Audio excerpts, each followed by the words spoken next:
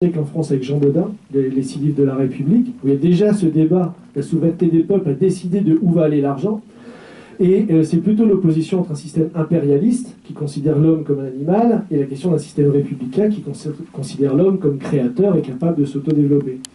Et une des références fondamentales, et c'est là où je pense que l'approche monétariste est totalement erronée d'un point de vue d'une solution, c'est que si vous regardez la Première République et la Révolution américaine, tout le sujet, c'est la question de la souveraineté monétaire. À l'époque, il est interdit dans toutes les colonies de l'Empire britannique de fabriquer sur place. Toutes les colonies sont des exportateurs de matières premières, de l'Inde, même les États-Unis avec le coton. Les États-Unis exportaient du coton comme aujourd'hui l'Afrique exporte du coton en Afrique. C'était interdit de faire des manufactures.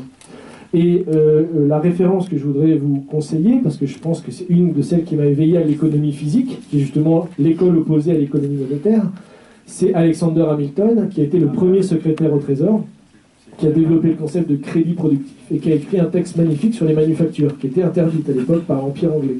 Donc c'est un combat, et c'est là où je dirais qu'il n'y a pas de concept taker, je dirais que c'est un combat universel des peuples contre une forme oligarchique. Donc c'est là où on peut utiliser aussi des choses américaines ou européennes.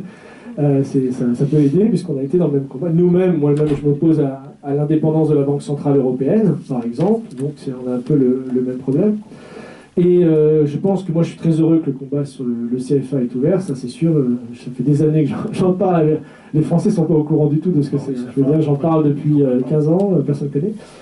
Mais je pense que le vrai sujet tabou, enfin le deuxième tabou qu'il faudra faire exploser, c'est le sujet de l'économie physique. Madame parlait de développement, c'est un joli mot, mais qu'est-ce qu'on met derrière? Moi je me rappelle, j'ai étudié la première visite de Nkrumah aux États-Unis chez Kennedy. Il signe un projet pour le barrage d'Akosombo. Tout de suite, il y a cette vision de développement infrastructurel de l'Afrique. Sous Modibo Keïta, qui avait essayé justement de sortir du franc CFA, il y a cette idée de développer le système Fagibine, tout le nord des lacs, pour faire du Mali un grenier alimentaire pour toute l'Afrique de l'Ouest. Des projets d'économie physique. Il y a Sankara qui voulait faire la muraille verte, qui avait ce grand projet d'arrêter la désertification qui n'a jamais été fait. VAD l'a fait un peu, mais ça n'a jamais avancé. Aujourd'hui, moi, je me bats pour le projet Transaqua, pour revitaliser le lac Tchad. D'ailleurs, il y a une étude de faisabilité qui est en cours. Je pense qu'un des sujets tabous, c'est l'économie physique. C'est cette science-là qu'il faut enseigner plutôt que l'économie monétaire. Donc voilà, c'était les remarques que je voulais faire et avoir votre avis sur...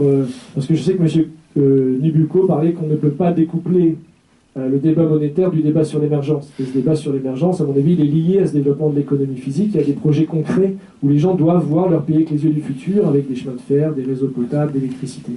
Voilà, merci.